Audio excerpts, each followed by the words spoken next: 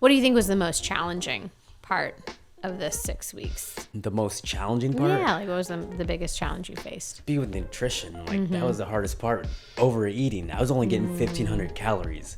So I would eat a little bit more rice here, or add a little bit more heavy cream in my coffee, or just these little things that add up. Right. Like they really add up if you're not tracking it. So that was the biggest challenge, because I know I was doing that quite a bit during the 6 weeks challenge. So I really wasn't perfect on counting and tracking, but I still was able to get results. Right, you were pretty close enough that you got the results that you wanted.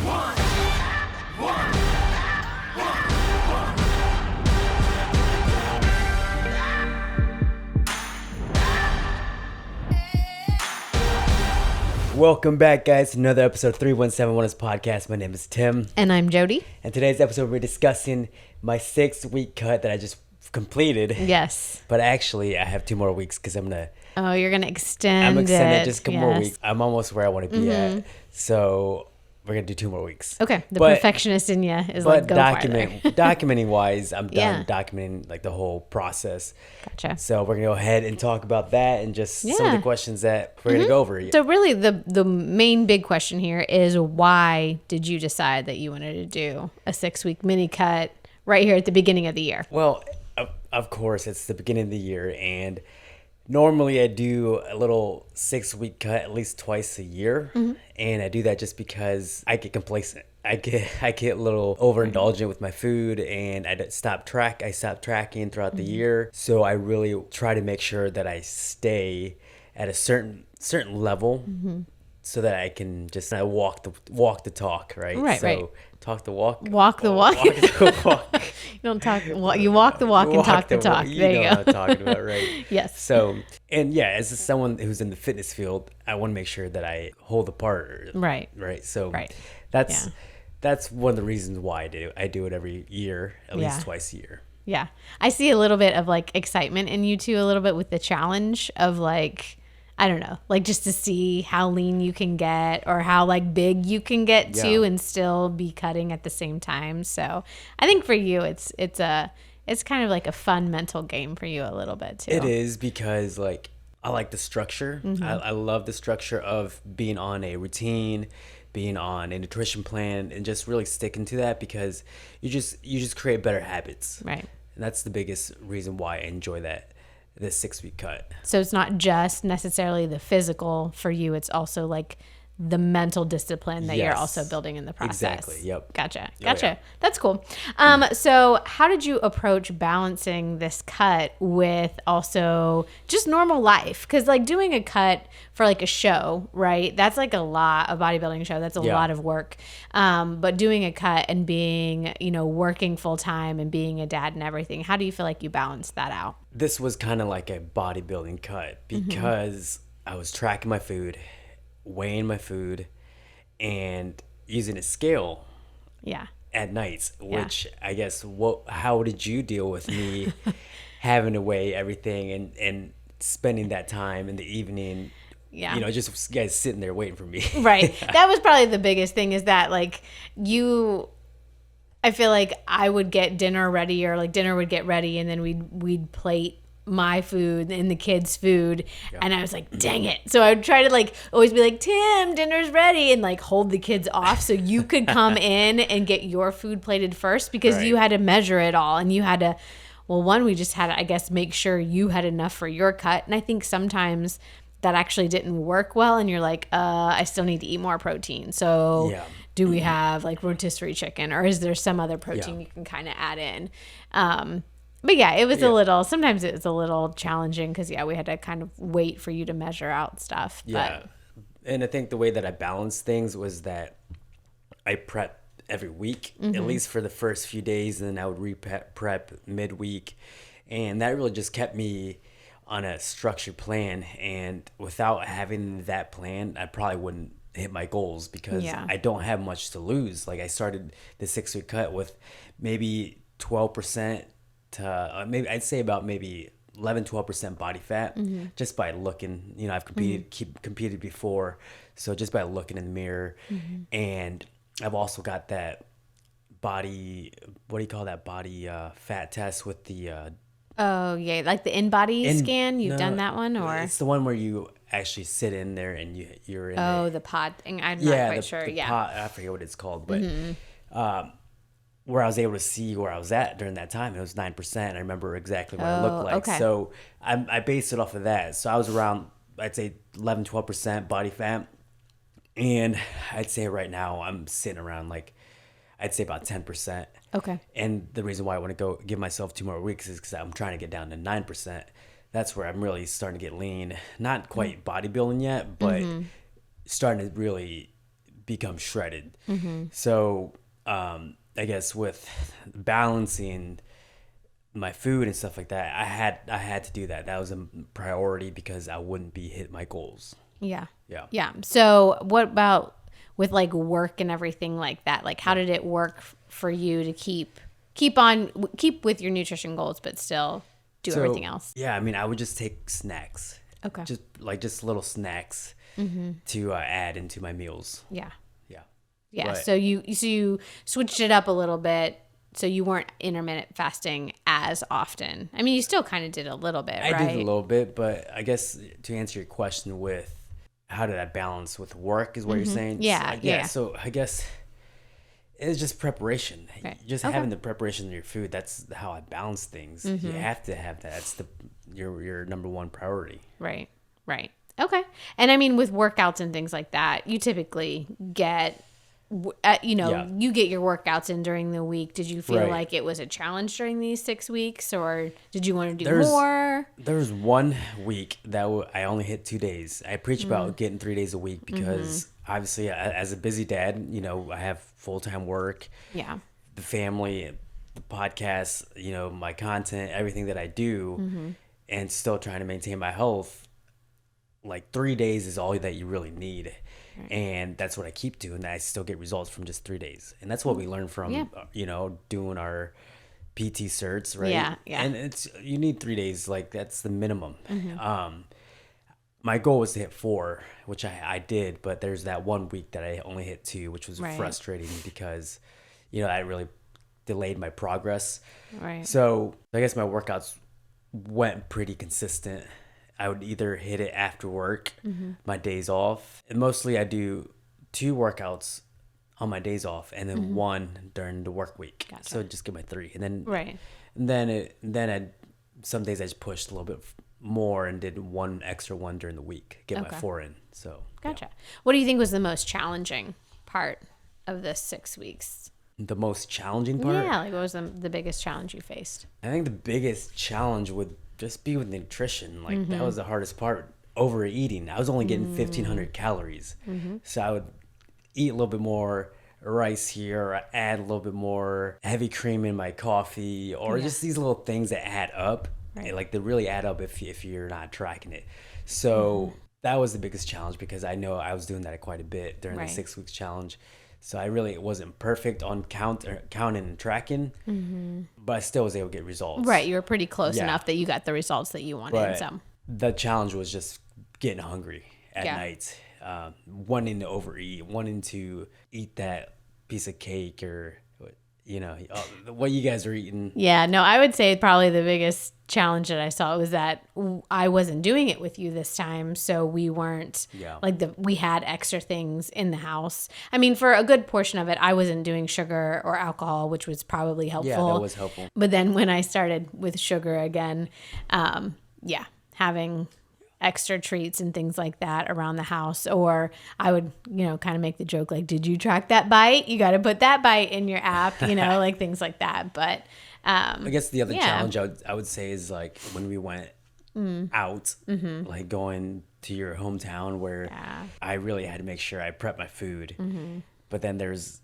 times where we went and visited your family, there's food I couldn't really eat. Right. So that was a big challenge for me, and how I overcame that challenge was just having my food prepped. Yeah. That was good. I mean, I think it was a little bit different this time because we had the cooler with the prepped meals and things like that. But no, you stuck to it really good. And then also going and working out at the hotel, I thought that was good too. You were sticking to your workouts, you were sticking to your nutrition, which is usually a really hard thing for most people when they're traveling. Oh, yeah. So yeah. It's one of the biggest things. Let's see. Did you make any like really significant changes to your diet? And if so, what were they? Yes, I made a switch with my macronutrients, which I regretted it because I was hitting a roadblock. I was hitting a plateau, and I wanted to see if I would change my macros up, that it would, progress my physique. But I don't think it did very much. I think it kind of did the opposite.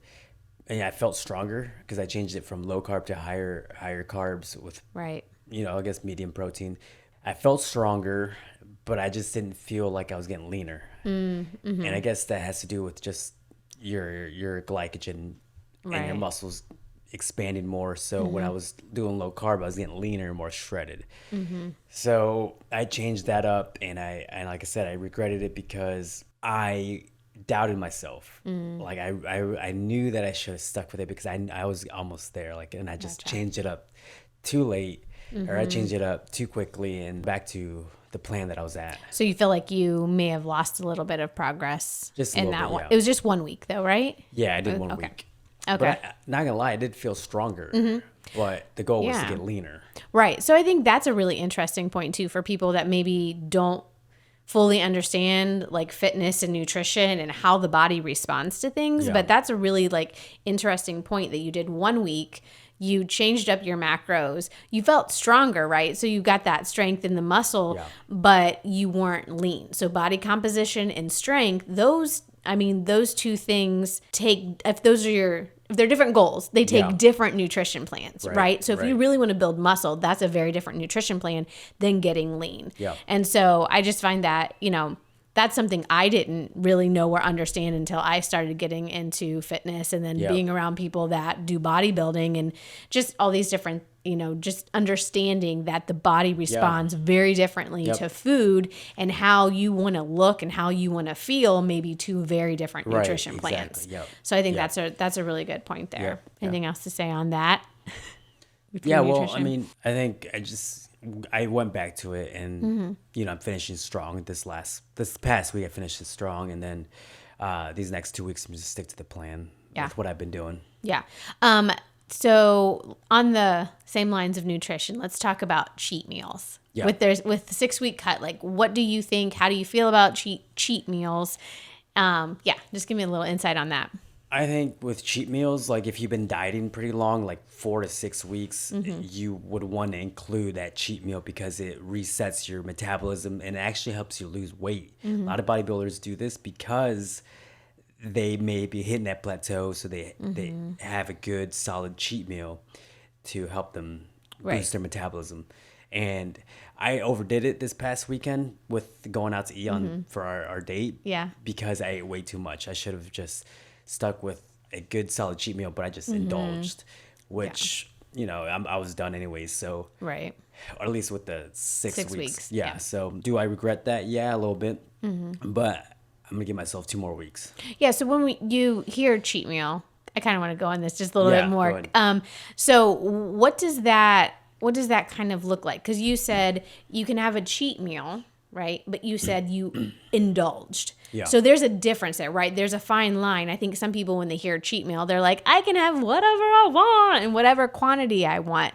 What does that really mean when you're looking at being on a cut or trying to improve your physique, but you throw in a bigger meal like this along the way to help with progress? I guess there's 2 different ways to look at it. If you're competing for a bodybuilding show, you have to really make sure that it's a good quality cheat meal. It's not, pizza and fries or anything like that. It's a sweet potato with steak or a good beef patty with a good source of carb if you're bodybuilding. Okay. Because they really have to be disciplined because they're going to step on stage at the end. So when you're just losing weight and wanting to do a cheat meal, I highly recommend doing a better quality cheat meal. Like, let's say you have a choice of eating Taco Bell or Chipotle as a cheat meal. Go with Chipotle because that's a better quality ingredients. So when you choose a cheat meal, it just got to be better, I guess. Better ingredients. Quality. Okay. Yeah, better quality. Yeah. So like like a Five Guys burger would be a perfect cheat meal. I guess a Jimmy John's sandwich would be a good one. I wouldn't eat the whole thing, Right. unless you're like 200 pounds plus that you can eat that. Like if you're lower than that, I'd say about like half a sandwich would probably be a good solid cheat meal for that for someone. I cheat on Jimmy John's all the time. I know you do. I know you do. So I guess, does that answer your question? Like, Yeah, I think so. So it's not just, hey, eat whatever you want, whatever's in sight. It's more of you're not sticking to that really regimented kind of macro plan. You're able to go outside. Is that what you're saying? Outside of the restricted macros that you would have on your cut, maybe a little bit more in calories too. But we're not talking about sitting down and eating like a sleeve of Oreos and a whole pizza. Exactly. Things like that. So I think that's really important, because I do think when people are most people are on a diet, and when they're on that diet, they feel like, hey, I can have a cheat meal now because these bodybuilders do it, because these other fitness people do a cheat meal, but that it still has to be good quality. It's not that you're just, you know, going to the county fair and eating everything in sight. Kind of like what I did on Saturday, which I just ate a bunch of rice. Yeah. Had there's more higher carbs dessert and too. Yeah. A little bit of a dessert, but I could tell the next day I spilled over, which means like I put on more body fat composition on. The composition changed. Yeah. Okay. And then how did you deal with cravings or temptations on this cut? It's hard. I think that was really, really hard because, like I said, that one night or that weekend we went to see your family, you know, there was pizza there and I wanted it. Oh, yeah, you did. You know, and when you guys would eat your foods at night or on the weekends, you had Jimmy John's last weekend. Yeah, we did. You know, I took a bite or two. You did, yeah. But that's what I was saying, that those little extra calories count. They do count. Especially when you get a lower body fat percent. So it was very difficult, but I guess the way that I stayed disciplined was just the work that I just put in these last 5-6 weeks, and really just like being accountable to the people that are watching, or being accountable to the community that I have on YouTube, or whoever's watching on my stuff. Like that's how I stayed disciplined. Yeah, that's good. That's good. Any other like thoughts or anything that you want to share about your cut? I'd say, like, if your goal isn't to just be strong or anything like that, if you want to just be in shape, have a good physique, I highly recommend doing a cut or two during the year, because that's going to be just helpful for, number one, your habits and just having a better mindset, and also just because you're gonna just feel a lot better and look better. I recommend doing a couple cuts throughout the year, just to make sure that you're holding yourself to a higher standard. Right. Not just physically, but mentally, like we talked about at the beginning. Yeah, it's building those disciplines. Exactly, because it does build positive habits. You know, you're structured, you're feeling better, you're feeling like, you know, like you're just feeling good. You've accomplished something. I feel good. Like, people are like, holy crap. Like at work, they're like freaking veiny and all gross looking. Yeah, you are. But no. But that recognition does make you feel good. So like, you know, you get that positive energy from people. Not only are you seeing results, but people are seeing results in you as well. So that's it's something to also then talk about, right? If people are seeing those results in you, then you get to share a little bit about your journey and your expertise in what you do. So, and would you recommend 6 weeks? You think that's probably the best when someone's thinking about doing a cut?